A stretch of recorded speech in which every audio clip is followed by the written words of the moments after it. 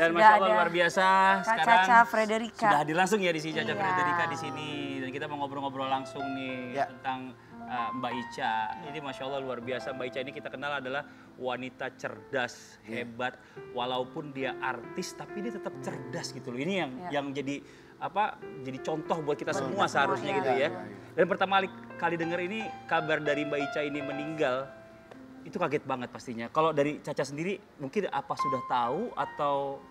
Semua nggak ada yang tahu Kak. Itu aku tuh dapat dari WhatsApp grup pengajian gitu. Itu jam 6 pagi apa jam 7 pagi. Itu sebenarnya aku ada jadwal mau nganterin anak aku. Aku kan seminggu ini lagi di Jakarta nih gitu. Terus kan baru dikabarin aja itu broadcastnya baru jam 6 apa jam 7 pagi. Aku langsung hitung, wah sejam nih ke Bintaro. Udah deh langsung pagi itu juga jadwalku aku geser. Pokoknya aku harus datang dulu ke sana gitu. Karena aku maksudnya ingat betul Ciki tuh bantuin aku waktu itu buat vlog aku, buat YouTube aku.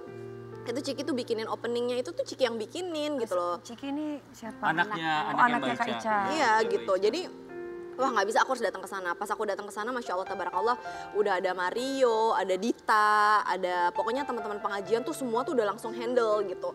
Handle semuanya deh begitu. Pas aku lagi masuk juga jenazah alhamdulillah sudah disolatkan dan segala macam gitu. Terus aku nanya, Mario nih sama siapa nih? Pokoknya udah teman-teman pengajian tuh udah langsung handling semuanya gitu. Terus aku nanya-nanya ke mereka juga, gimana malamnya? Mereka pokoknya dari pagi standby terus sampai sore. Terus habis itu malamnya mereka kayaknya nggak sanggup gantian gitu ya. Besokannya ada yang datang, ada yang nggak datang. Nah ini kita lagi mau janjian kapan kayak kita mau nengokin Ciki yang memang di luar jam pengajian nih gitu. Tapi memang belum sih, tapi emang rencananya begitu gitu.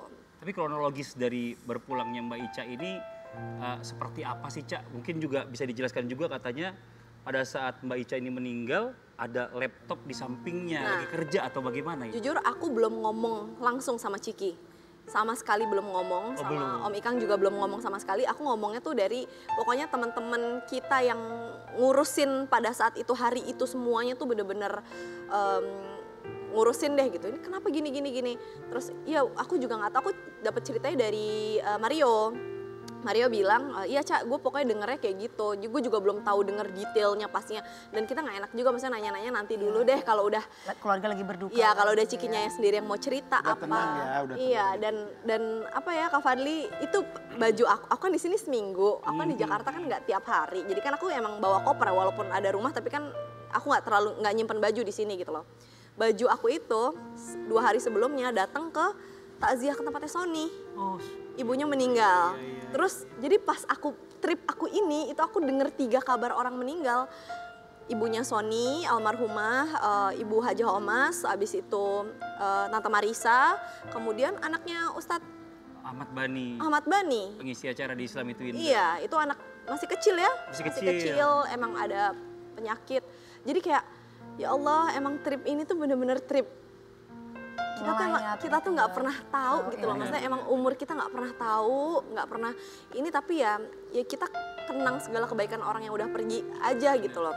Karena Tante Marisa Masya Allah, Insya Allah husnul khotimah. Kenapa? Amin. Karena di tempat tidurnya tuh katanya ada laptop, kacamata sama Al-Quran. Jadi habis ngajar, habis ngaji, jadi kayak Masya Allah, ya kan kita mikir, oh berarti setiap malam, setiap kali kita naik ke atas tempat tidur kita tuh nggak tahu kita bakal turun lagi apa nggak dari tempat tidur itu. Bener banget. Kita sendiri yang turun atau orang bakal bopong kita untuk turun gitu. Jadi kayak, ya Allah, itu bajuku yang outer tadi itu aku pakai ke tempatnya Sonic, ini baju yang sama Kak, yang ya Allah.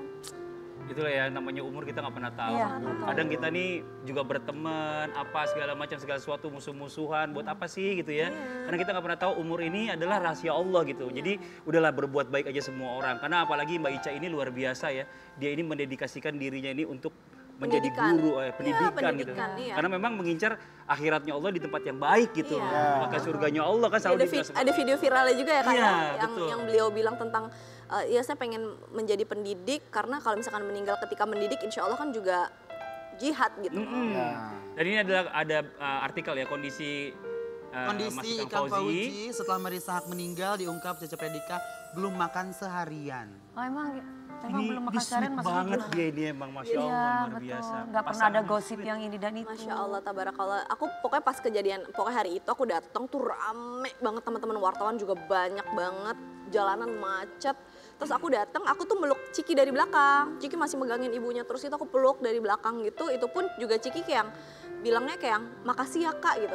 Dia nggak tahu itu aku, begitu dia ngadep belakang, Cak makasih ya Cak, dia kaget. Karena kan aku nggak tinggal di, maksudnya aku sekarang lagi nggak tinggal di Jakarta kan. Jadi dia juga nggak nyangka aku bakal dateng gitu loh.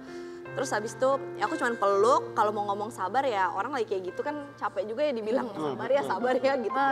Capek kan? Sabar lah. Sabar nggak sabar, jadi aku cuman kayak Ki, pokoknya apa yang aku bisa bantu tolong kasih tahu ya. Aku bilang itu, insya Allah Mama Jannah di depan tuh macet banget Ki, di depan tuh parkiran tuh penuh, berarti kan banyak yang dateng. Banyak yang mau nganterin. Insya Allah itu salah satu indikator gitu ya. Aku cuma bisa Orang baik. menguatkan lah, tapi kalau sabar ya jangan nangis ya. Masa mau kita bilang sabar jangan nangis ya, orang kan nangis ya nggak apa-apa gitu. Ya, kita doain aja sama-sama ya buat Mbak Ica dan keluarganya diberikan ketabahan. Amin. Mbak Ica-nya yang sudah meninggal ini mudah-mudahan diberikan tempatnya di tempat yang terbaik di sisi Allah Subhanahu wa taala dan kuburnya dijadikan taman-taman surga.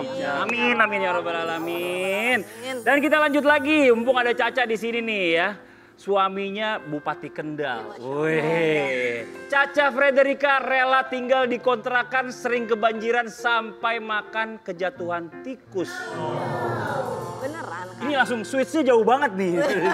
Switch-nya jauh banget nih. Gimana sih maksudnya kejatuhan tikus? Itu tikusnya segede apa gitu. Pengen tahu juga. Masa rumah-rumah kontrakan kan pasti kan gedung gitu kan. Iya. Kok gedung? Kan di tempat tinggal bupati kan. Enggak, ini kita nginep tinggal di rumah kontrak. Karena kan rumah bupatinya itu kan sebenarnya mangkrak, jadi udah 5 tahun nggak dipakai. Nah jadi kita mau pakai rumah itu yang 5 tahun nggak dipakai itu karena rumah dinas. Karena kan sayang udah 5 tahun nggak dipakai, maksimalkan lah gitu. Kita maksimalkan lah. Nah berarti kan butuh ada renovasi 1 tahun. Setahun itu kita di mana ngontrak lah, kita ngontrak sendiri nih rumah. Adanya ya udah begitu, banjir kebanjir. Alhamdulillah sih aku soalnya udah komitmen sama suami ya, dari ijab kabul. Suami mau kemana pun ya aku ikut gitu. Ya itulah istri enak enggak mau tinggal di tempat yang apa ya, tempatnya bagus mewah, alhamdulillah. Tempatnya Biasa aja. banyak cobaan begitu ya. Ya udah komitmen suami istri nggak bisa Ya, cuma yang sabar ya, maksudnya biarpun kejatuhan tikus, kejatuhan apa, maksudnya yang sabar, yang kuat, yang tabah. Yang kejatuhan tikus yang ini. Yang ini kejatuhan tapir. Bukan luwak ya, bukan luwak. Tapir. Kata Caca gede banget. Lucu banget kalau pelawak ya. pikiran loh tapi Aduh, loh. luar Jadi biasa. pokoknya itu kita lagi makan di meja terus? makan. Di atasnya kan plafon. Udah denger ada suara tikus yang duduk. Udah dong. Ah tikus di atas plafon. Jatuh lo ke meja makan. Segede apa tikusnya tuh? Ya segede gini ya, Oh, curut. Curut anaknya. Yang mancung. Parah tuh akhirnya. Santi. Masa lu disama nama tikus? Oh ini bukan tikus, Say. Apa? Gajah. Tapi lucu loh. Bukan gajah. Kita nggak ngomong ya. Lu yang ngomong sendiri loh. Gimana Emang Mas? iya?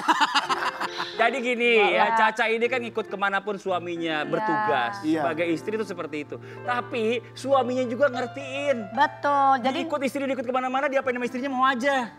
ya benar itu yang benar seperti itu. Emang iya. Turut aja. Ada Coba. buktinya, ada. Nih, kita lihat VT-nya. Coba kita lihat VT-nya nih. Lihat VT-nya dulu. Saya deh.